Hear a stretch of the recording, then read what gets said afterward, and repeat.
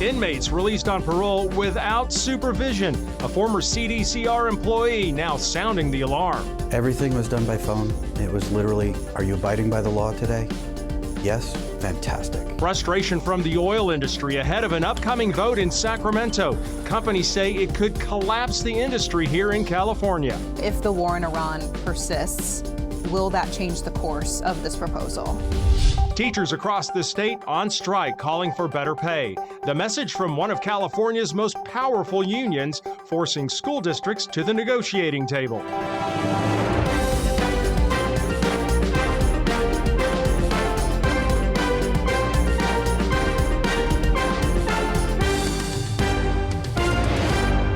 Thank you for joining us for California Politics 360. I'm Ashley Zavala. Frustration growing with how the state releases criminals from prison and an apparent lack of supervision while they're on parole. This week, state Republican leaders called on the governor to replace the parole board.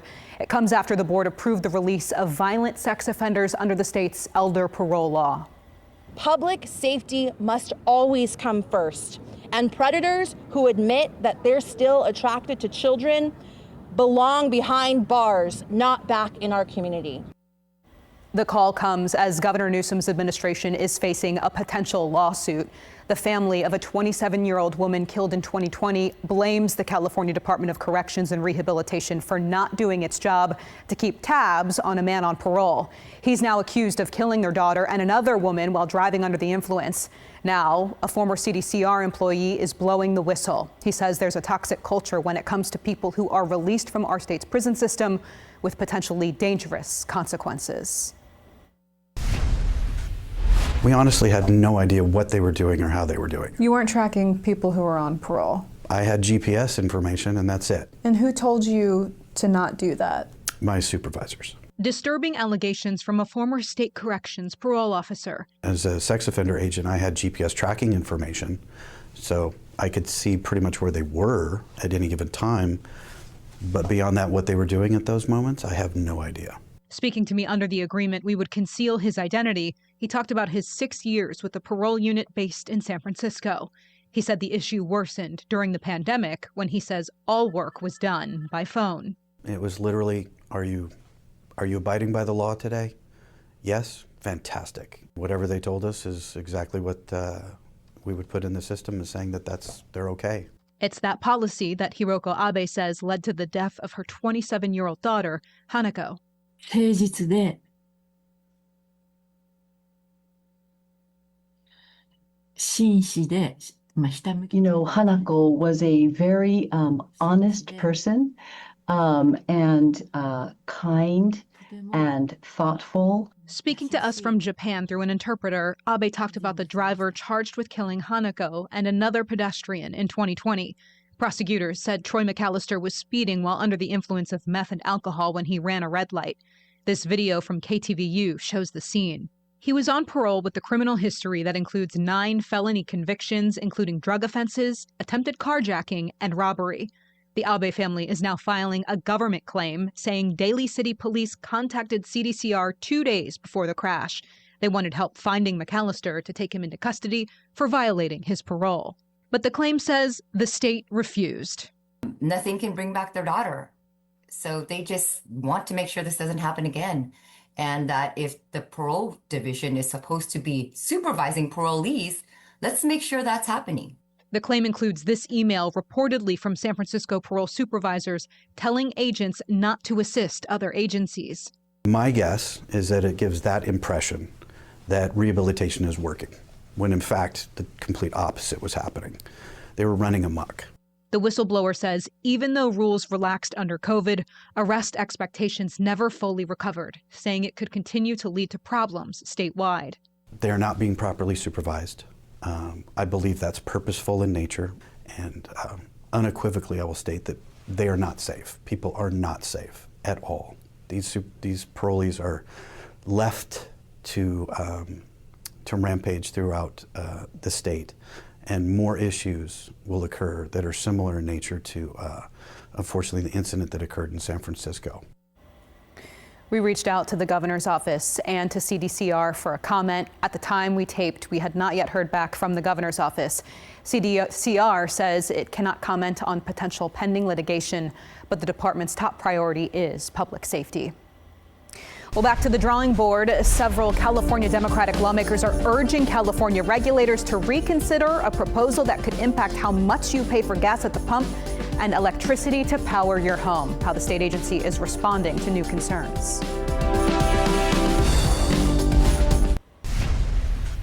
The oil industry, the governor of Nevada, and 15 Democratic California lawmakers are urging the California Air Resources Board to reconsider parts of a proposed update to the state's Cap and Invest program, specifically those impacting gas and electricity. The Cap and Invest program is part of the state's clean air laws that require major companies to either cut their carbon emissions, pay for credits to emit carbon, or pay for state transportation and environmental projects. The proposal would significantly limit credits companies can use moving forward, which could add costs for them overall. But the leader of the California Air Resources Board, Lauren Sanchez, says there's time to figure this out, and the proposal is not a done deal. Here's part of my conversation with the chair. On reliability and affordability, the oil industry has said this proposal essentially incentivizes companies to import even more fuel from other countries. I mean, something the state is already heavily relying on now.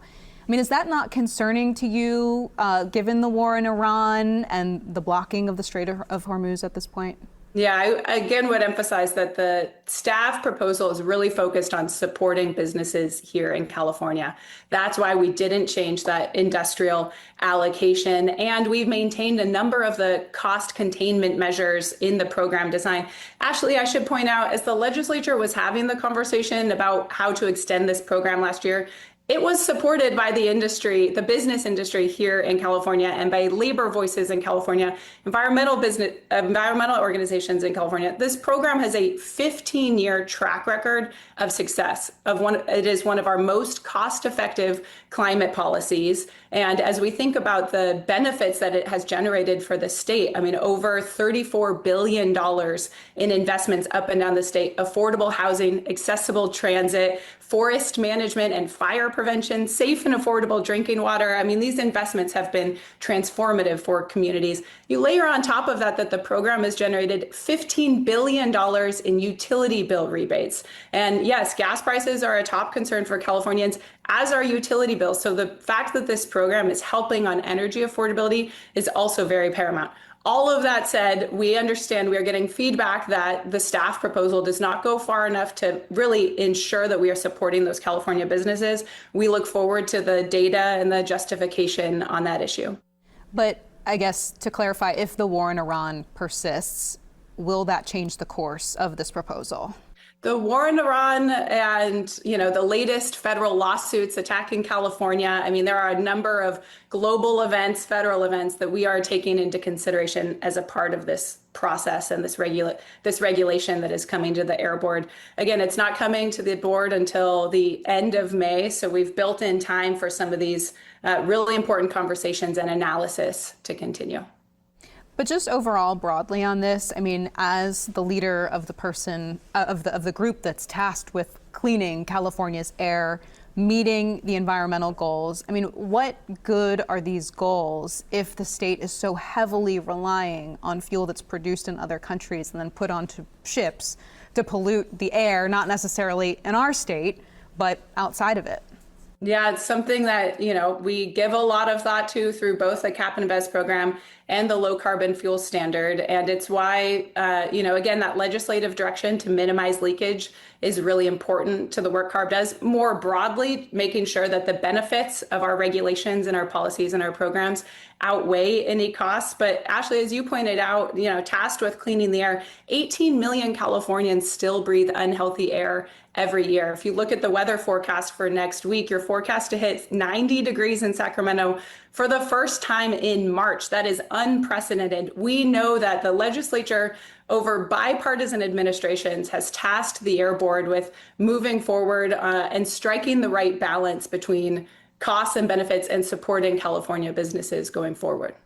You mentioned, and you've been mentioning, that your job, you've just taken from the legislature. Essentially, you were directed by state lawmakers to carry out this rulemaking process when it comes to cap and invest. Several Democratic lawmakers who voted for that, who voted to direct you to do this work, are now asking you to go back to the drawing board essentially on this proposal when it comes to energy. What's your reaction to that?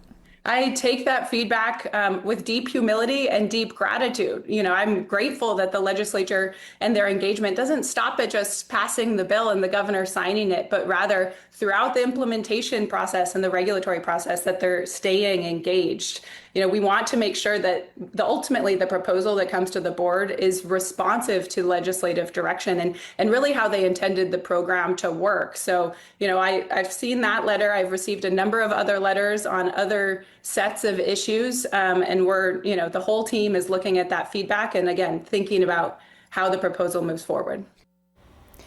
Chair Sanchez talks more about the concerns raised by the state's remaining oil refiners, the conversations she says her office is having with the oil industry, environmentalists, and lawmakers. Well, thousands of teachers are on strike. The statewide coordinated campaign to voice their priorities, why the powerful union behind this says it's happening.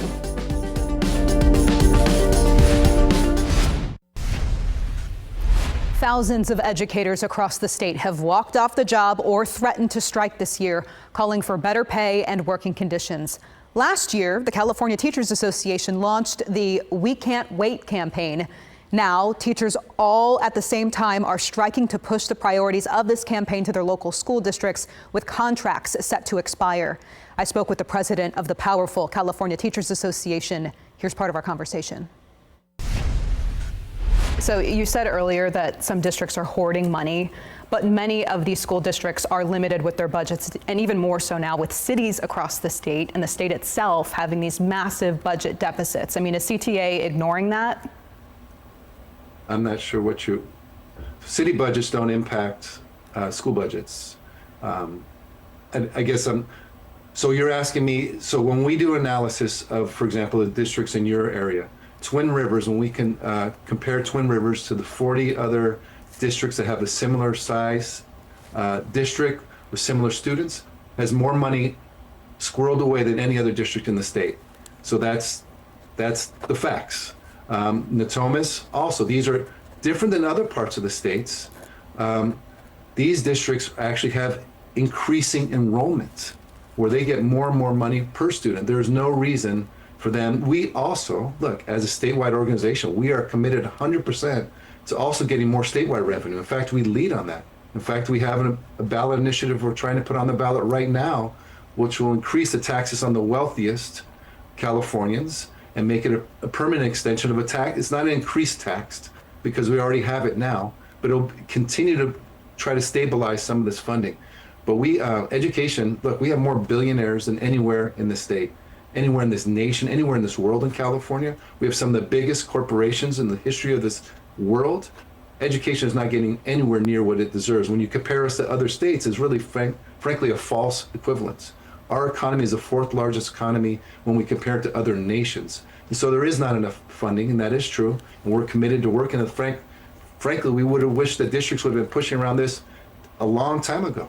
But at the same time, we're also really committed to the fact that because money can be scarce, that every dollar that districts get should be spent on students now, on educators now, and not hoarded away as they are in these districts, both Twin Rivers and Natomas. But some of these districts, Sac City Unified, for example, I mean, they've struggled to say no to you. They've given CTA what it has wanted, and now it's in a situation where they're really strapped for cash because they have given into CTA's demands in the past. I mean, local school districts are not revenue generators. I mean, why flex this political muscle with this campaign against these school districts that are struggling and relying on public funds?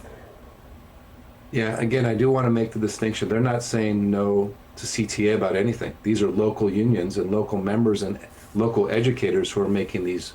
We support each one of them in these struggles, but this is not a flex of political muscle. This is a flex of worker power and workers' pent-up frustration about not being able to survive, not being able to stay in the district. Because you bring up Sac City, I've talked to every strike line I'm on. Yesterday, You have many people from Sac City who used to work in Natomas and Twin Rivers who are coming back to support their colleagues and saying, I'm sorry to have left you guys in your district to gone to Sac City for the healthcare benefits.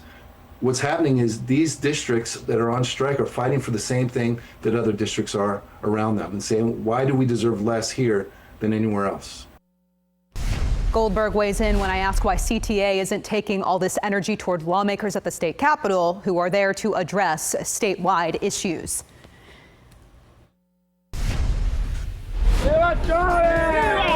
It was a moment in history that those who were here would never forget.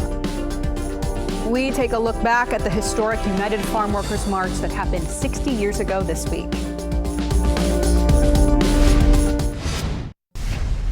This week marks 60 years since a significant movement in the civil rights movement. A march that began in the Central Valley aimed to bring national attention to the exploitation of farm workers during the Delano grape strike. Marisela de la Cruz takes a look at this defining moment in California history.